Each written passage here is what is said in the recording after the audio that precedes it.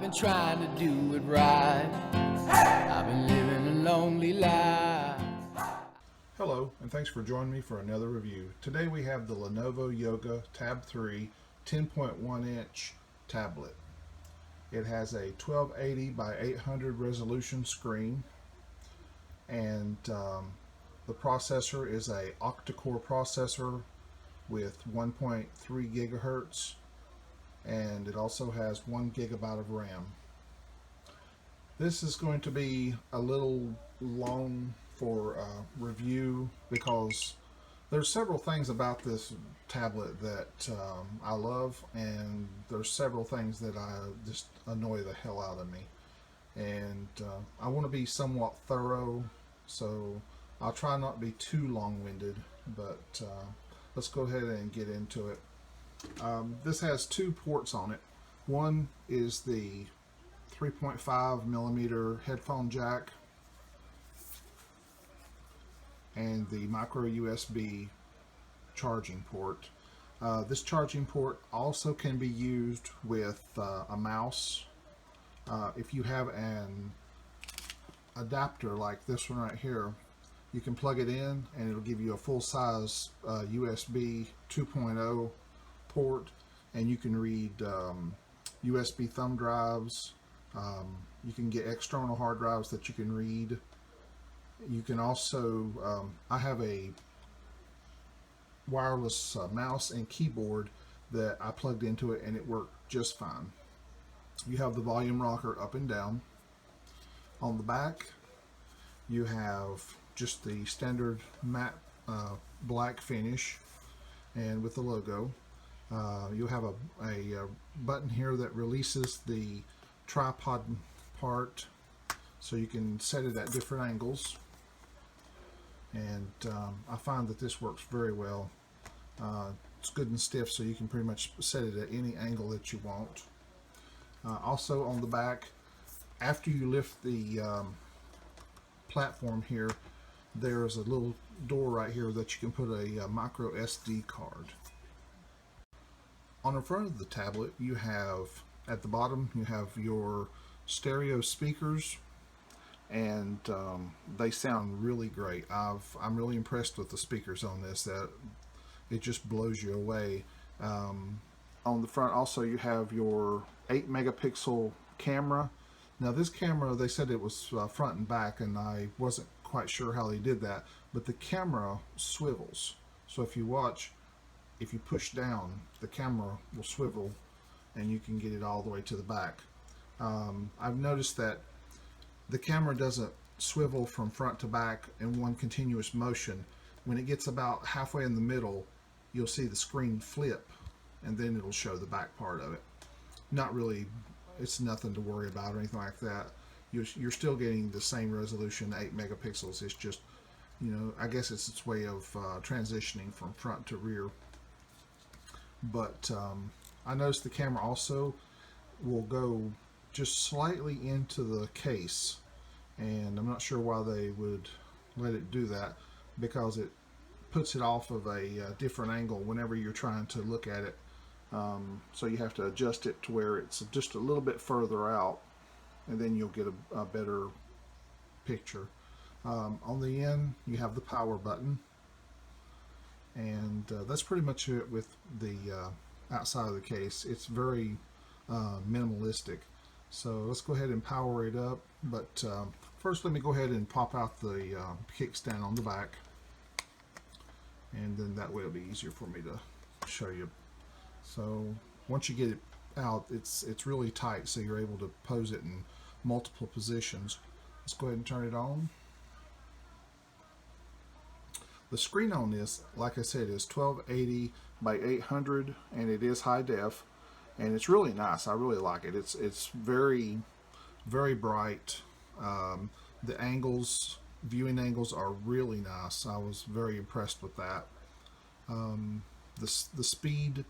Now, once you have your home page, if you don't have any other icons on any other pages, then it won't let you flip to a blank page. You have to actually hold down one of the icons, and you have to move it over, and then it'll create a second page, which is fine with me.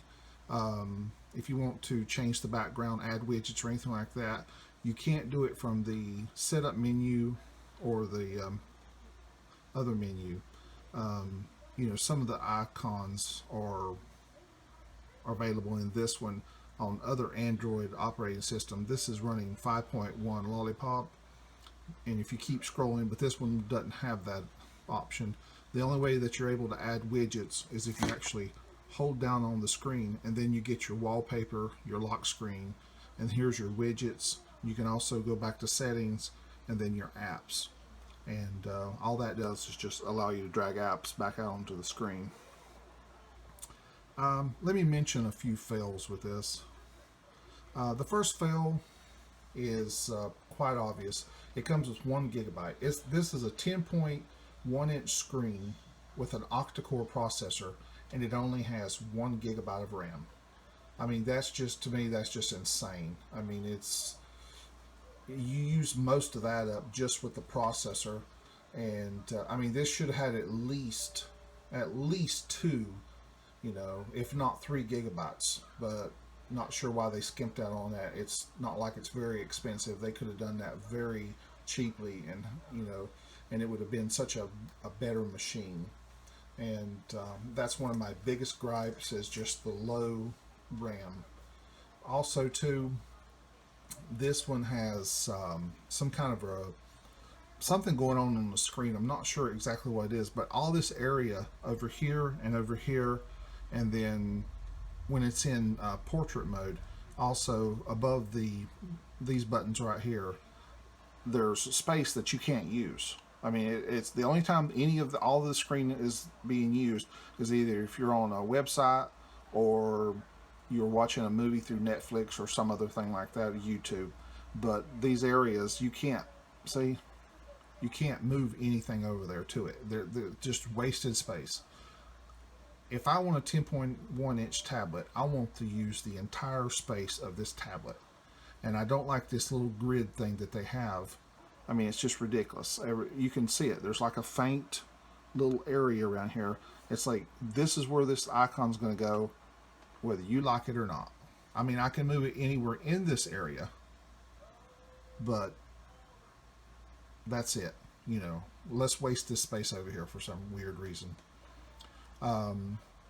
As for the camera is an 8 megapixel camera, and it does swivel from front to back. So if you want to do continuous shots recording, you can do that. Like if you're talking to the actual camera, and then you want to swivel it around for someone else to say something, or you're something to that effect, then you're covered there. The quality of the 8 megapixel is, I would say, it's not a good 8 megapixel camera. It's a good 5 megapixel camera, if you understand what I'm saying there. You know, it's good for a 5, but it says it's an 8. I don't know if it's interpoled or not. I don't think it is, but it's not the best. I've seen a lot better 8, and this one just doesn't compare to what I've seen in the past. The iPad mini has a 5 megapixel camera, and it's better than this 8 megapixel camera. So, but I'm not going to compare, you know, Apple and Android, because that's just, at this point, it's useless to do. I'm just trying to give you a general idea of what this compares to as far as just the cameras, not the operating system. Okay, let's go into the menu, and it comes with a lot of stuff already pre-installed. It does not come with Facebook for some weird reason, but it does come with YouTube. And you have the Google News and Weather and stuff like that. That's pretty good. It's very snappy, even though it does have 1 gigabyte of RAM. But I've noticed that when you have a lot of stuff loaded, that it does start slowing down, and that's where 2 gigabytes or 3 gigabytes would come in really, really handy for this. Let's go into the settings, and I'll show you the way the settings. Since this is a 10.1 inch screen, they've doubled up, so you got, instead of everything straight line, which can't be changed. So I'm not sure if that's a 5.1 Android OS thing or something Lenovo. I'm thinking it's something Lenovo does, but I mean it's still functional. It's kind of annoying, but not really. You can go into the About tab, and there is a place that you can do updates. And I was talking to a friend of mine, and he works at Google, and he was saying that they had recently received a request. I'm not sure exactly. I really didn't understand what he was saying as far as, but they received a request for this for an update for 6 Marshmallow, and that should be coming out pretty soon. But I have to send this review unit back, so I won't ever see it. But it has Android 5.1.1, and that's pretty much it when it comes to that. Has everything else that you would expect to have. This has GPS. Yes, you heard me right. This does have built-in GPS.